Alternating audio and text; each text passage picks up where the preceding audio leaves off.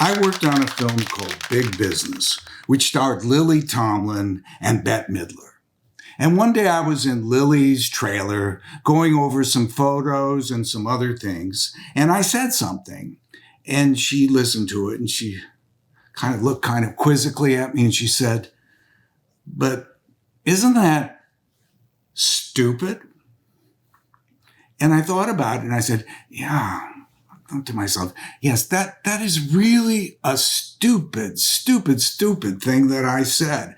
Why did I say that? And she wasn't trying to be rude or anything. She was just kind of curious about how a person like me, who had seemed to have, a reasonable amount of intelligence, could say something as completely stupid as the thing I just said. And I bring this up because I feel like these videos I do, they're kind of records of triumphs. Here's things I did where I thought of something or I did something right. Hooray for me.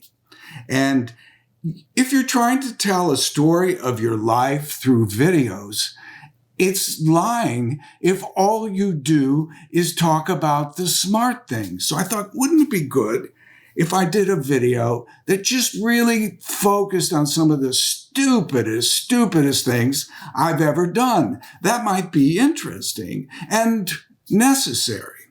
So fasten your seatbelts. It's going to be a bumpy ride because I'm getting into Reed's stupidest moments. My company, New Yorker Films, was the distributor for Louis Malle's film, My Dinner with Andre. So while they were shooting, my boss, Dan Talbot, came over to me and he gave me the screenplay. He said, take a look at this. This is what Louis is working on right now, and we'll be doing this. So I'm interested to hear your reaction. So if you know the movie, it's a two-hander. Wallace Shawn has dinner with Andre Gregory, and they talk about all kinds of things, and it's funny and it's moving, and it was a beautiful piece of writing. I loved it, but at the same time, it completely puzzled me why Louis Malle thought there was a movie in this. It seemed to me like a theater piece, like it should be done in a small theater off Broadway where you could be near the actors while they were doing this, it just seemed made for the theater, two people. Where is the cinema in this? And I just didn't get it. And I told that to Dan. He said, just relax. Just wait and see what Louis does. And the film premiered at the New York Film Festival, and I went there alone that night, and I was overwhelmed. I absolutely loved the film. I knew it was going to be one of my favorite films of my whole life. I just thought it was so good. And I went up to Louis Malle and thanked him for making it. And I almost wanted to cry because of how much I liked the film and how nice it was to be able to walk up right after and tell Louis that. But also this kind of shame I felt that I had said, I don't see the movie here. And over time, it went from shame to me just thinking, what an idiot. So a few years ago, the last press book I ever wrote was for Woody Allen's film, Rifkin's Festival, and that movie stars Wallace Shawn. So Wally and I talked a lot on the phone about that film. And as I was getting off the phone with him the last time, I said, listen, I have something I need to confess to you. And I told him my whole story about My Dinner with Andre. And he was like, oh, don't worry, Reed. Nobody believed in My Dinner with Andre. You're hardly alone about that. And I know that Wally was trying to make me feel better, but he actually made me feel worse. The late 70s and early 80s in New York City, they were an amazing time to be young, to be in your 20s, because everywhere you look were creative people People were starting bands and playing at CBGBs. They were making art and plastering it on walls like Keith Haring and Basquiat. And they were doing theater or performance art everywhere you looked. And there was club life, which was very, very creative and inspiring at places like Area and the Mud Club. There was a wonderful film culture at the time that will never come back because we had repertory cinemas. This was before video. So every night at these theaters, there'd be a double feature of two great films, classic films or recent films. And so you could just say to your friends, look, Jules and Jim is playing tonight. And if we don't go, it may not be back for 2 years or a year or 6 months. So we have to go.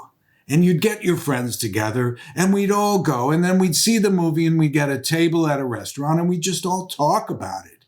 And there was just this excitement and passion for cinema, which we all shared. And we knew everybody our age in New York who loved movies. The thing about our culture in those days is though we had all these other things that were going on, we didn't have a great movie.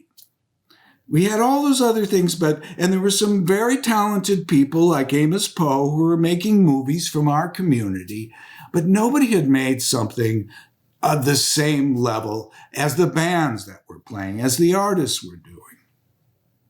And one day, I was invited to a screening at the Film Forum by a woman named Janet Perlberg. Her name is now Janet Pearson, and she's the head of the South by Southwest Film Festival. The name of the film we were going to see was a short called Stranger Than Paradise. I knew nothing about it. I went in.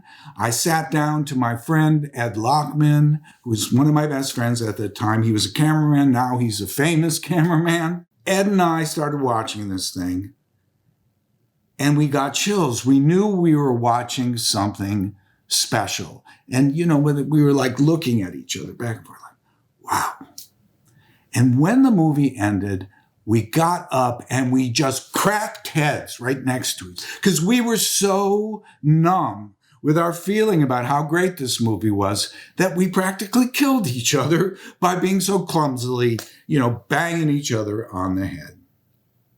I said, wow, this guy, Jim Jarmusch. During this time, I lived downtown. I used to see this guy on the street. And he was the most charismatic person I'd ever seen. He was tall. He had a really interesting look with a big white shock of hair and a little bit of a James Dean in there, a little bit of Lee Marvin. I don't know what was in there, but it was depressing. When I would see him coming, I would cross to the other side of the street. And sometimes I'd even walk a few blocks away, kind of shake it off.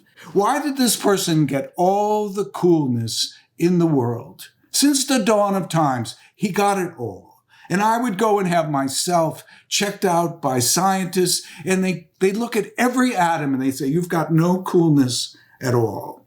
And don't even talk about that guy. And I just felt if I believed in God, that would have shaken that belief. I came to know a woman named Sara Driver. She was a filmmaker and she needed money. So she came to work for me at my PR firm. She worked on Fitzcarraldo. She worked on a film called L'Adolescent that Jean Moreau directed. And Sara, of all things, was the girlfriend of Jim Jarmusch. She's now his wife. She introduced him to me and I got to know him and I was like, holy shit. Not only is he the director of that film, he's also the same guy who came down the street. Jim turned out to be a delightful person, very, very funny, very good company, one of the best storytellers I've ever known. And so we got to be friends. And he came up with the idea, or maybe always had the idea, that Stranger Than Paradise should be a feature. And he went around to film festivals with the movie, and eventually he found a guy named Otto Grokenberger who had the money to make it into a feature. Good news, right? Well, there was one hang-up, and that's that this first third of Stranger Than Paradise, that short, had been made with short ends from Wim Wenders. Now, what are short ends? If you're making a movie, you've got a canister of film, and if you get near the end of the shot, you see that you don't have enough film to shoot the next shot. So you change the thing of film and you put that on there, and what's left over is unexposed film. It's short ends. And you collect all that stuff because you do. But really, it's not like money you've expended. It's money that's left over from a film that you've made. So they gave these short ends to Jim, and he made Stranger Than Paradise. And now that there was the possibility of making a feature, they said, look, you got to pay us $25,000 for these short ends or no go.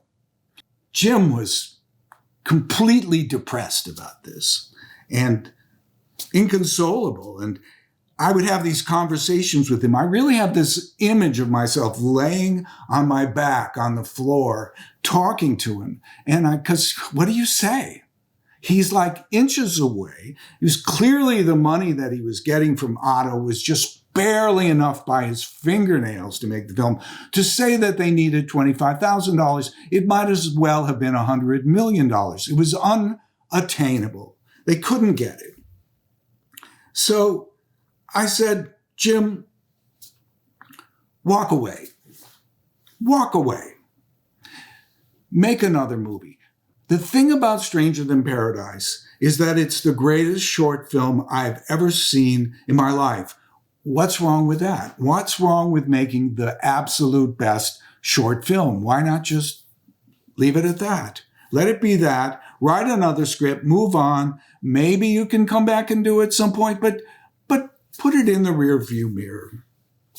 Just forget about it. So I think if there's anything that's ever been said that's stupider than telling Jim Jarmusch not to make Stranger Than Paradise, just if you have some ideas, put them in the comments, because I think that's about as dumb a thing as anybody has ever said. Even for me, it's pretty good. So what happened with the $25,000?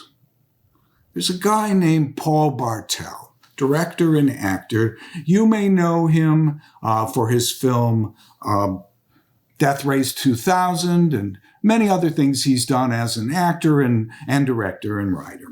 He just said, look, here's the $25,000. Pay me back. He didn't ask to be producer. He didn't ask for a huge hunk of the profits or anything like that. He just said, pay me back. And I think when we look at film history and we look back and we say, what really matters? Well, you've got your talented directors and writers and actors and everyone. But there are people like this. Without the Paul Bartels, a lot of your favorite things never happen.